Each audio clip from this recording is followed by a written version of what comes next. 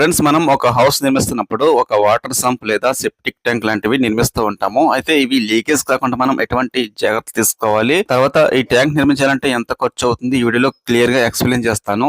ఈ ట్యాంక్ పొడవు 9 అడుగులు, వెడల్పు 8 అడుగులు, ఎత్తు 7 అడుగులు. టోటల్ గా ఈ ట్యాంక్ నిర్మించడానికి ఎంత మీటర్లు పడుతుంది, ఎంత ఖర్చు అవుతుంది, క్లియర్ గా ఎక్స్ప్లెయిన్ చేస్తాను. ఇంకా ఈ ట్యాంక్ సంబంధించి ఆల్రెడీ బ్రిక్ వర్క్ చేశాను, లాస్ట్ వీడియోలో ఎక్స్ప్లెయిన్ చేస్తాను. బ్రిక్ వర్క్ మనం ఏ విధంగా చేయాలనేది క్లియర్ గా ఎక్స్ప్లెయిన్ చేస్తాను. చూడకుంటే చివరిలో ఎండ్స్ ఇస్తాను, టాప్ లో ఐకార్డ్స్ ఇస్తాను, ఒకసారి అయితే చెక్ చేసి చూడండి. ముందుగా మనం ఈ ట్యాంక్ ప్లాస్టింగ్ చేసే విధానం చూడండి. 4:1 రేషియోలో మాల్ మిక్స్ చేసి ట్యాంక్ ప్లాస్టింగ్ చేస్తున్నాము. వీటికి నొక్కుడు ప్లాస్టింగ్ ఖచ్చితంగా చేయాలి. ఇక్కడ మేము చేస్తున్న విధానంలో నొక్కుడు ప్లాస్టింగ్ చేస్తే కనుక మనకి ఎటువంటి లీకేజ్ ప్రాబ్లం లేకుండా కాపాడుకోవచ్చు. బ్రిక్ వర్క్ మనం ఏ విధంగా చేయాలనేది క్లియర్ గా ఎక్స్ప్లెయిన్ చేస్తూ వీడియో చేశాను. ఇక్కడ చూడండి, టాప్ లో ఐకార్డ్స్ ఇస్తాను, చివరిలో ఎండ్ స్క్రీన్ ఇస్తాను చూడండి. తర్వాత ఇక్కడ కలయి పట్టాలి. ఎటువంటి లీకేజ్ ప్రాబ్లం రాకూడదంటే ఈ విధంగా కలయి పట్టాలి ఒండ్రు వేసి. నెక్స్ట్ ప్లాస్టింగ్ మొత్తం కంప్లీట్ అయిన తర్వాత మూల గలతలు కట్టాలి. ఈ ప్రాసెస్ మొత్తం కూడా ఈ వీడియోలో క్లియర్ గా చూడొచ్చు. ఫ్రెండ్స్, ఇప్పటివరకు మన ఛానల్ సబ్స్క్రైబ్ చేయకుంటే సబ్స్క్రైబ్ చేయండి.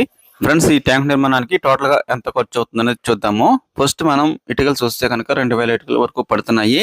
సిమెంట్ కొట్టుబడి వరకు మనకి 10 బస్తాలు సిమెంట్ పడుతుంది. కింద మనం 40 mm గ్రావెల్ వేస్తాము. తర్వాత బ్రిక్ వర్క్ చేయడానికి టోటల్ గా మనకి 10 బస్తాల వరకు సిమెంట్ పడుతున్నాయి. స్టార్టింగ్ మనకి కింద వేయడానికి ఒక 4 నుంచి 5 బస్తాలు కాంక్రీట్ పడుతుంది. ఒక 5 బస్తాల వరకు బ్రిక్ వర్క్ కి పడుతున్నాయి. తర్వాత ఇసుక ఒక యూనిట్ పడుతుంది. కంకర 3/4 కంకర వాడతాము. తర్వాత 40 mm కంకర వాడతాము. టోటల్ గా మనకి ఒక హాఫ్ యూనిట్ వరకు గ్రావెల్ పడుతుంది. తర్వాత ప్లాస్టింగ్ చేయడానికి 4 బస్తాల వరకు సిమెంట్ పడుతుంది. వర్కర్స్ సంబంధించి టోటల్ గా మనకి చివరిలో ఎక్స్ప్లెయిన్ చేస్తాను.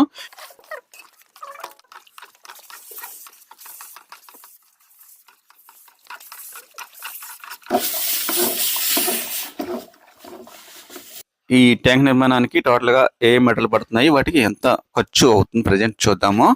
ఒక గొంత తవ్వాలంటే మనకి 10,000 రూపాయల వరకు తీసుకుంటారు.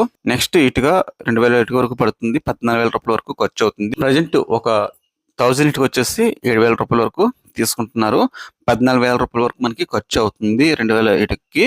తర్వాత సిమెంట్ 14 బస్తాలు సిమెంట్ పడుతుంది. టోటల్ గా ప్లాస్టింగ్ తో కలుపుకుంటే ఒక సిమెంట్ బస్తా కాస్ట్ ప్రజెంట్ మేమున్న ఏరియాను బట్టి 300 రూపాయల వరకు తీసుకుంటున్నారు. 4,200 రూపాయల వరకు ఖర్చు అవుతుంది. తర్వాత కంకర వచ్చేసి 6,000 రూపాయల వరకు తీసుకుంటారు. ఏరియాను బట్టి వీటి ప్రైసెస్ కొంచెం డిఫరెన్స్ ఉండవచ్చు. తర్వాత ఇసుక 3,500 రూపాయల వరకు ఒక ట్రక్ ఇసుక పడుతుంది. తర్వాత నెక్స్ట్ ఐరన్ 3,500 రూపాయల వరకు ఐరన్ కి ఖర్చు అవుతుంది. ఈ ఐరన్ ఎందుకంటే మనకి టాప్ లో బల్లలు వేస్తాం కాబట్టి వాటికి 3,500 రూపాయల వరకు ఖర్చు అవుతుంది. టోటల్ గా మెటీరియల్కి 41,000 రూపాయల నుంచి 45,000 రూపాయల వరకు ఖర్చు అవుతుంది. తర్వాత వర్కర్స్ సంబంధించి ఒక 20,000 రూపీస్ వరకు ఖర్చు అవుతుంది. టోటల్ గా 60,000 రూపాయల నుంచి 65,000 రూపాయల వరకు ఖర్చు అవుతుంది. పొడవు 9 అడుగులు, వెడల్పు 8 అడుగులు, ఎత్తు 7 అడుగులు కలిగిన ఒక వాటర్ సంప్ లేదా సెప్టిక్ ట్యాంక్ నిర్మించాలంటే ఈ ఖర్చు ఖచ్చితంగా అవుతుంది. వెయిట్ చేస్తావా?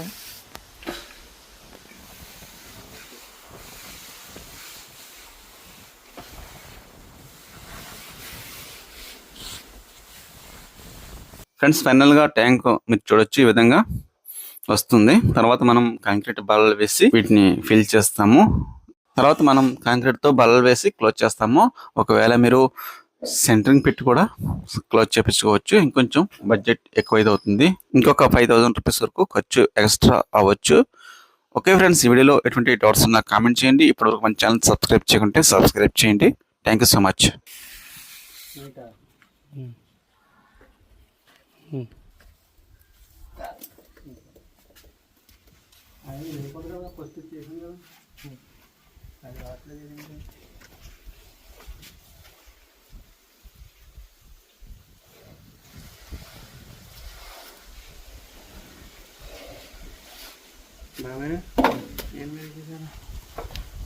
ఇది దిగిపోతుంది, అలా కిందకి వెళ్ళిపోతుంది. ఎట్లా ఉంది